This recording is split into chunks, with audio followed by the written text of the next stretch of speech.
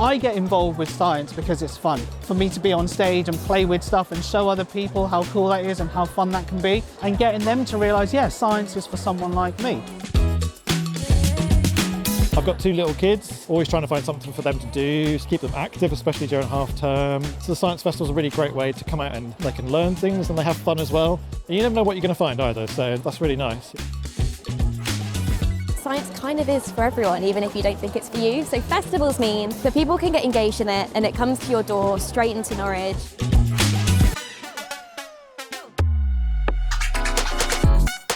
It really does bring people from all backgrounds to celebrate science and to celebrate the future, not just for the last 10 years, but the next 10 years and more. Norwich Science Festival is a great opportunity to explore, whether it's a theatre show or it's a tabletop activity. And for me, it's going, how do I do this at home? So it's empowering people to take science and use that in their lives for the betterment, I guess, of the planet and the people around them.